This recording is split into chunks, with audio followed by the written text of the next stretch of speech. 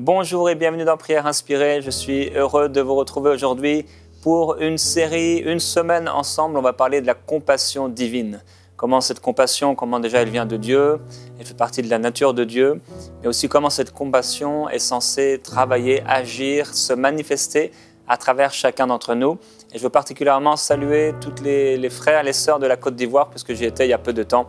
Je vous le salue dans le nom de Jésus-Christ. Et pendant toute cette semaine, on a une invitée qu'on aime beaucoup, Dena. Bienvenue Dena parmi nous. Merci Jérémy. On est content de t'avoir dans Prière Inspirée.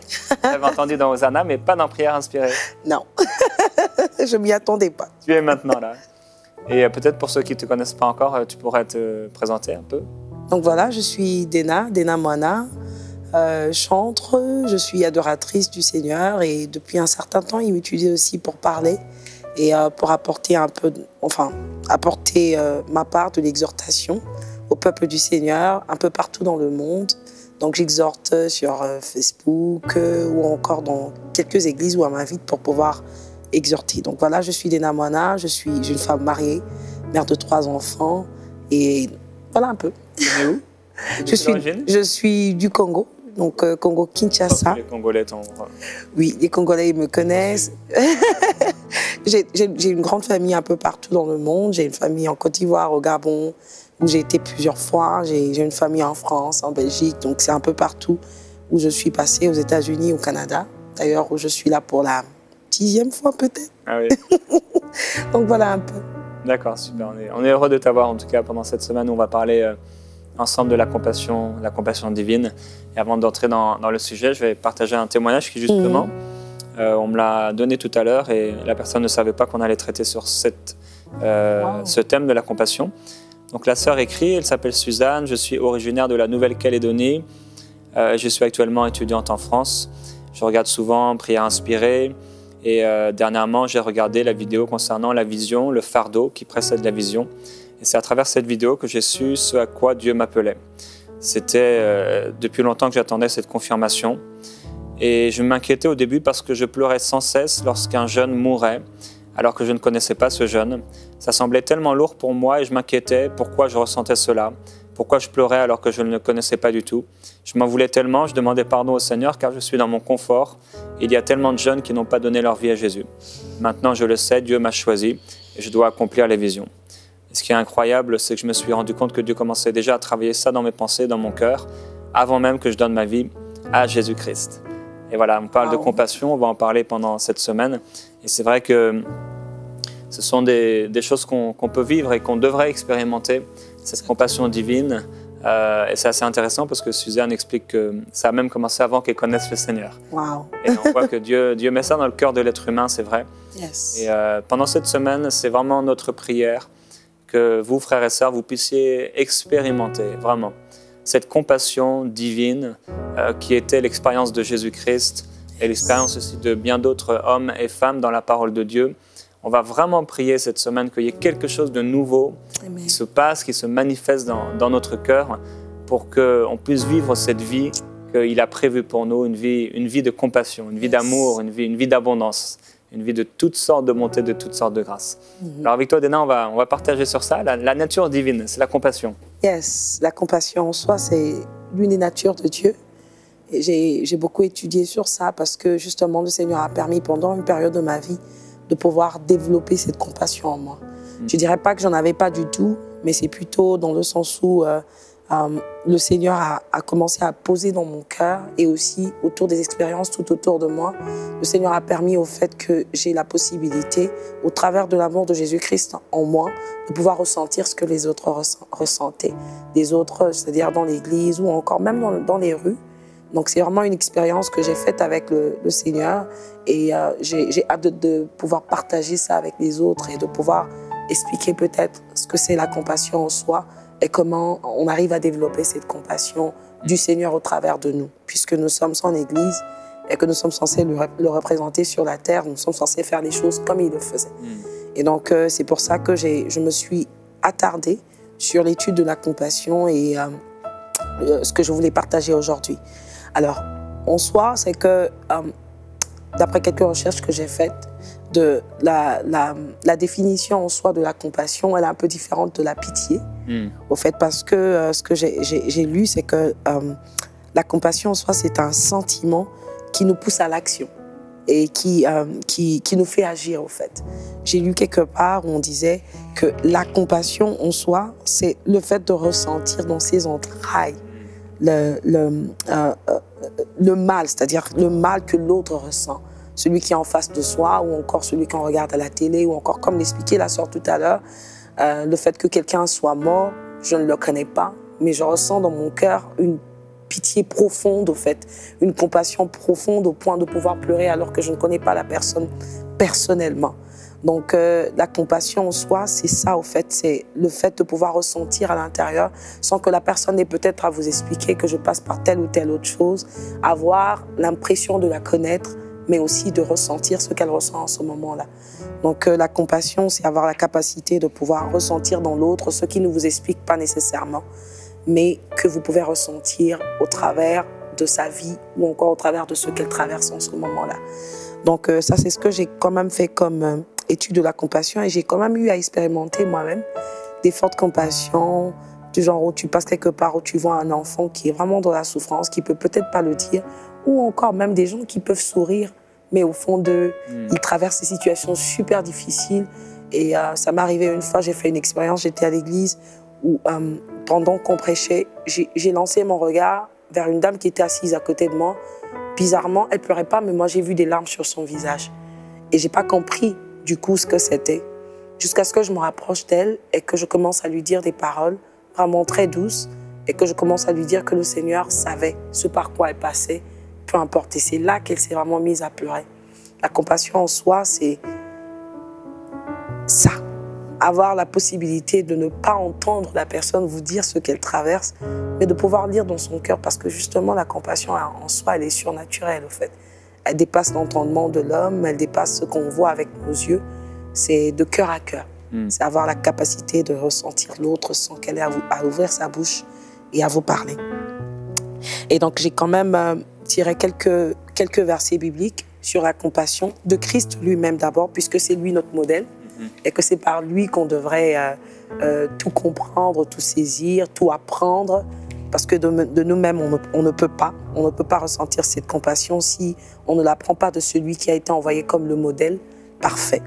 Donc j'ai retenu donc, le verset 19, Jean 19, dans le verset 17 à 37, je ne lirai pas tout.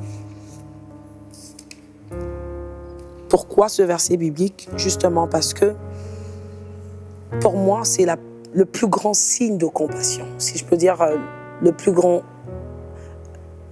l'acte en soi de compassion, c'est la croix de Christ. Parce que là, il a pris la place de tout un chacun de nous.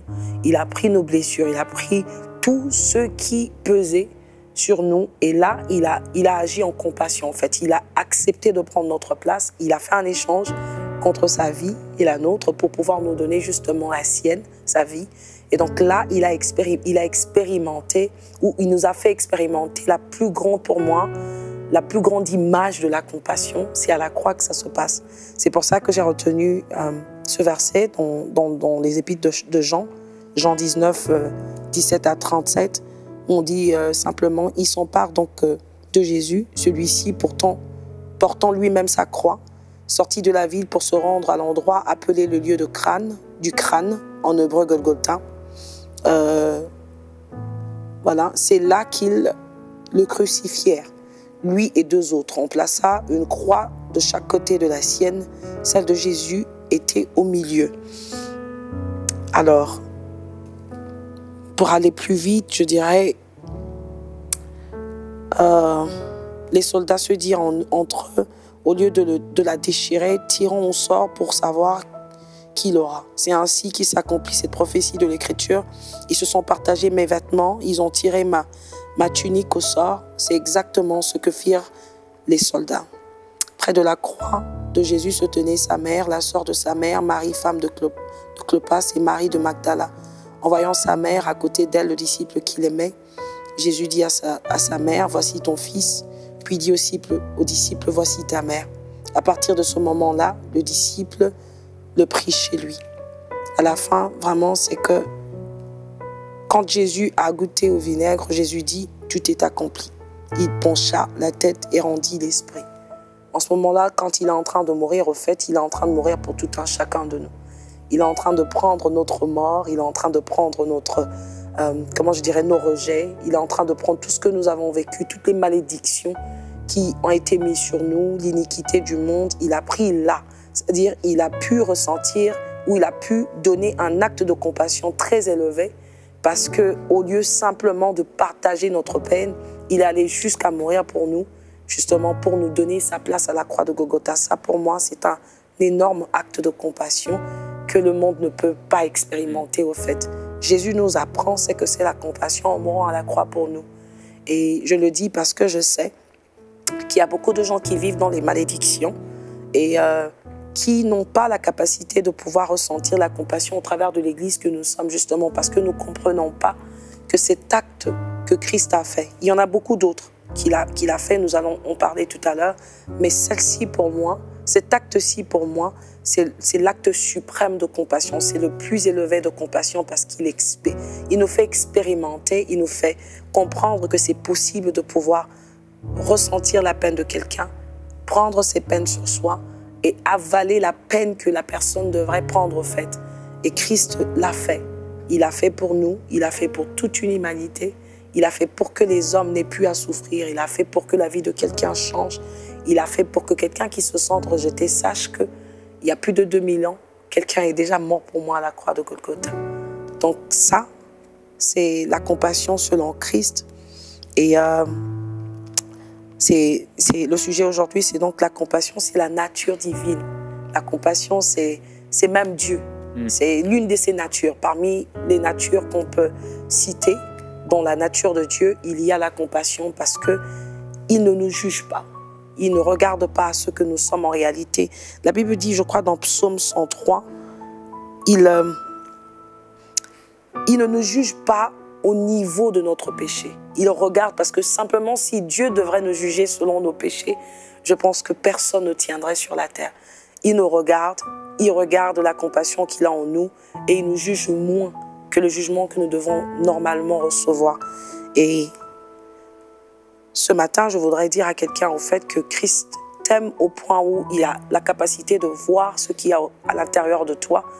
Il t'aime au point de pouvoir donner sa vie pour toi. Il t'aime et il a de la compassion pour toi au niveau de ressentir ce que tu as à l'intérieur de toi sans que tu n'aies à le lui dire en fait. La Bible dit qu'il est celui qui sonde les cœurs. Il sait entendre au fond de nos cœurs sans que nous ayons à ouvrir la bouche et que nous ayons à lui dire tout haut. Christ est capable de ressentir qu'une femme dans une foule est en train de perdre son sang pendant plus de 12 ans. Et c'est sa compassion qui agit en ce moment-là parce que cette femme n'a pas eu à dire à Christ ce qu'elle traversait. Christ a ressenti au travers de son cœur ce qu'elle traversait. Et cette femme qui s'est rapprochée de Christ avec autant de compassion qu'il avait, a pu toucher le pan de son vêtement et quelque chose s'est passé dans la vie de cette femme sans qu'elle ait dit à Jésus-Christ qu'elle était malade. Ça, c'est de la compassion à un niveau élevé au point où non seulement il prend ta peine, mais aussi il te donne quelque chose en retour au fait. Il te guérit d'un mal que tu as depuis plus de 12 ans. Il peut te guérir, il peut te délivrer de quelque chose qui te retient prisonnier pendant plusieurs années, pendant plusieurs mois si tu veux. Mais c'est au travers de la compassion que Christ était capable de faire toutes ces choses. Et je retiens vraiment ici, c'est que Christ veut que l'Église arrive à ce niveau de compassion, de pouvoir regarder les yeux d'une femme prostituée, de regarder et de voir qu'au fait, elle est devenue ce qu'elle est devenue juste parce qu'elle a peut-être été violentée quand elle était enfant, de regarder dans les yeux de quelqu'un qui va super mal ou de quelqu'un qui vit dans une dépression et de pouvoir voir que cette personne traverse une dépression sans qu'elle ait à ouvrir sa bouche. La compassion, c'est la nature de Christ qui doit être manifestée à l'Église, dans l'Église, au travers de l'Église, parce que sinon, on ne sera pas capable d'atteindre les cœurs qui sont blessés, mais qui n'ont pas la possibilité de parler de leurs blessures. Christ avait cette capacité d'entrer quelque part, de voir et de comprendre la peine de quelqu'un sans que la personne n'ait à ouvrir sa bouche et à parler. Donc, ce sont quelques versets que j'ai retenus. Il y a aussi dans Ésaïe 53, 5, ce qui nous prouve encore une fois de plus que Christ ou Dieu, Christ qui est Dieu d'ailleurs,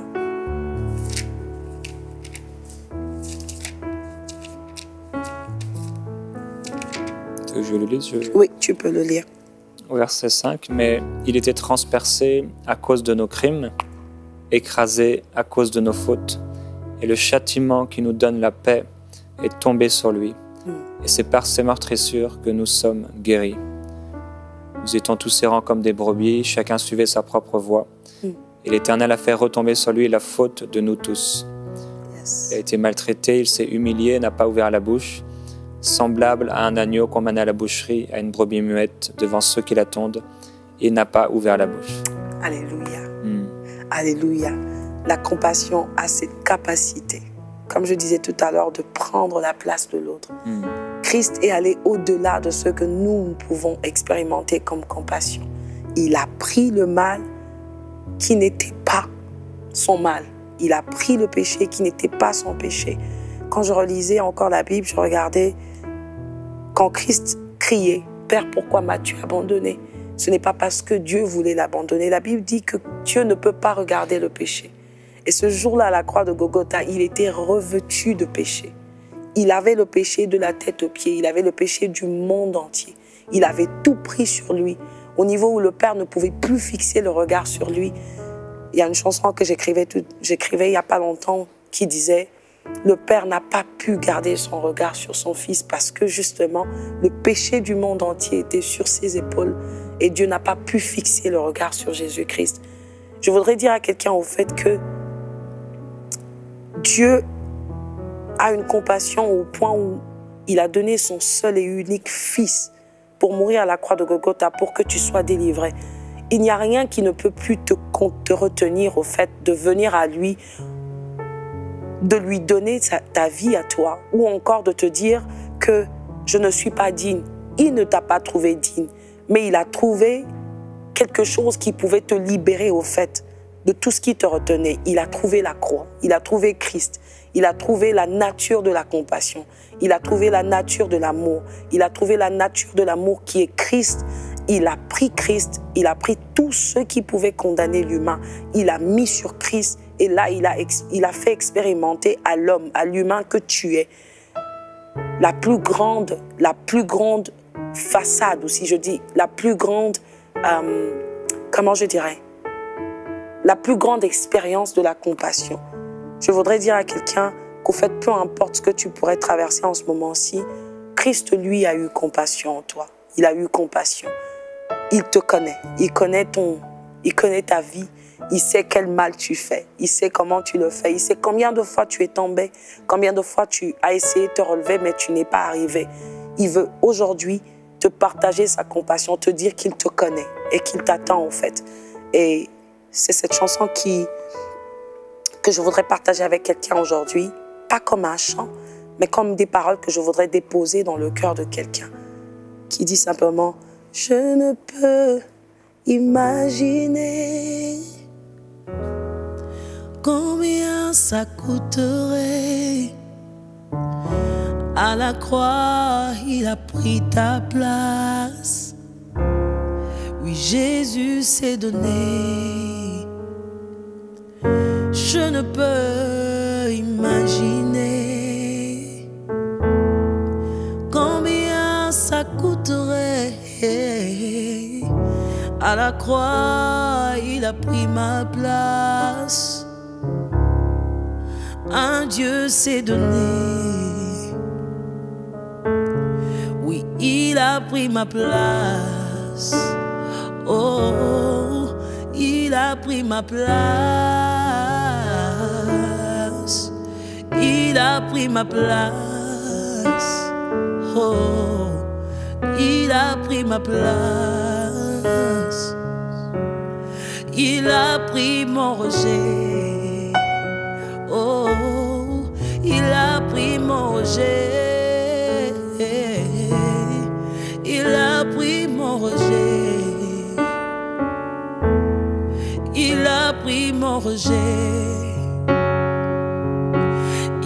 pris ma dépression. Oh, il a pris ta dépression. Peu importe ce que tu traverses, il a pris ta place.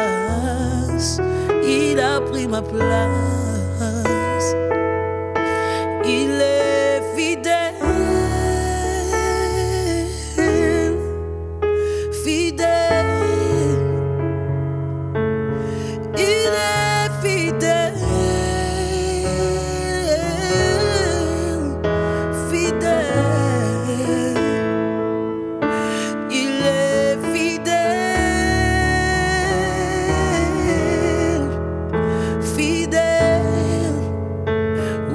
Jésus est fidèle.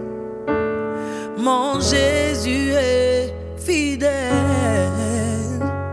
Mon Jésus est fidèle. Mon Jésus est fidèle. Fidèle, fidèle. Il est fidèle. Fidèle.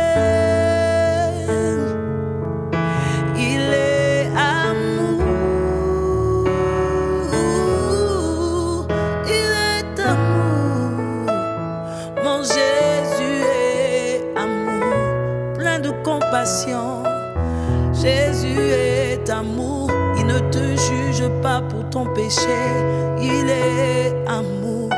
Il a vu que tu traverses une situation difficile, il te tend la main ce matin, il sait lire au-dedans de ton cœur, parce qu'il est amour, plein de compassion, plein de compassion. Il est amour, Jésus est amour. Voilà, c'est parce qu'il est amour qu'il peut ressentir ce qu'aucun homme ne peut ressentir. Qu'il est capable de lire au-dedans du cœur de quelqu'un, de tendre la main à celui qui est faible, de le tirer de ce gouffre dans lequel cette personne peut se trouver.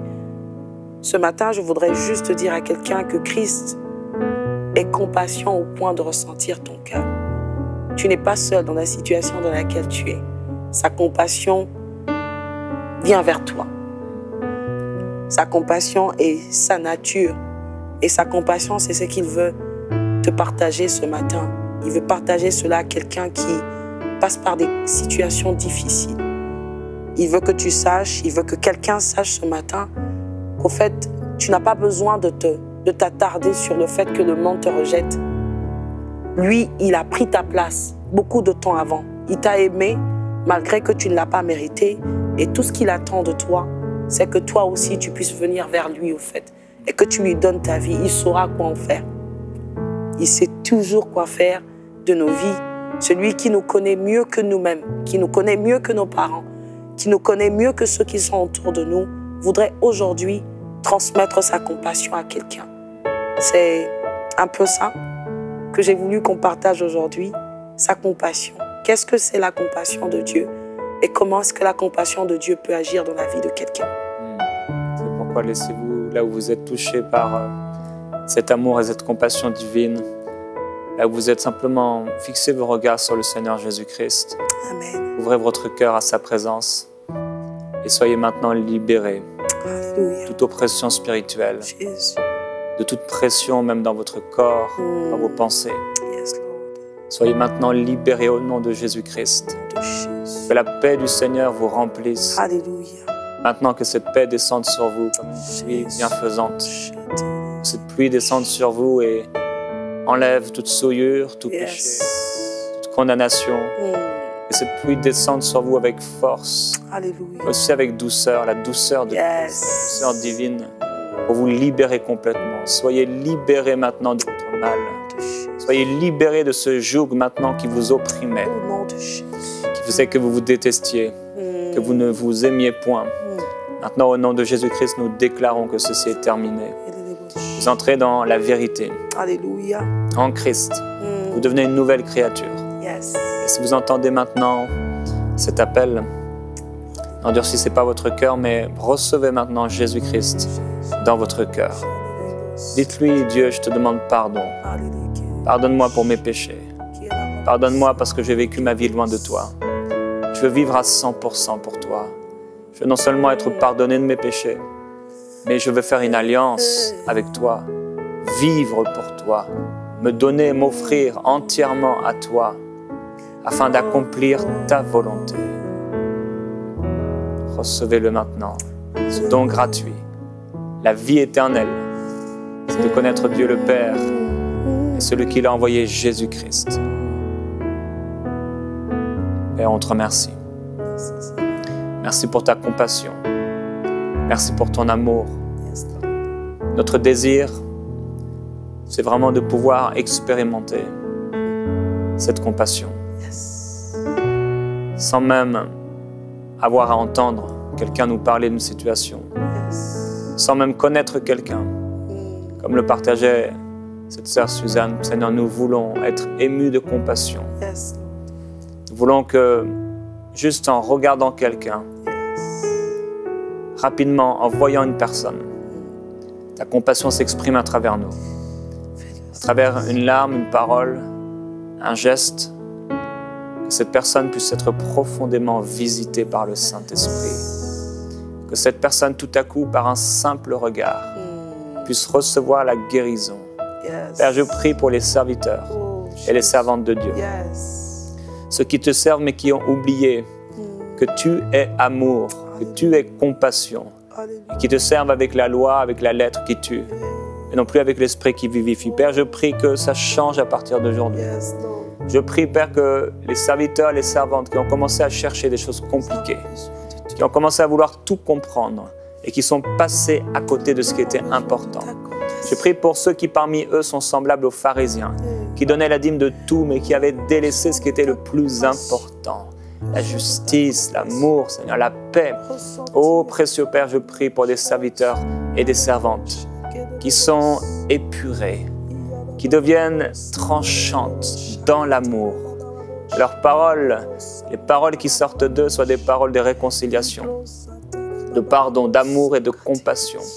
Père, c'est notre prière aujourd'hui, c'est notre désir aujourd'hui que dans cette première journée, en cette semaine de compassion, tu crées quelque chose de nouveau dans notre cœur. Père, je le déclare au nom de Jésus-Christ. Tu crées quelque chose dans le cœur de cette personne qui a faim, qui a soif et qui aspire à vivre ce qu'elle touche simplement des doigts. Elle ne réalise pas encore ce que ça peut produire. Je prie que quelque chose naisse dans son cœur par le Saint-Esprit au nom de Jésus-Christ.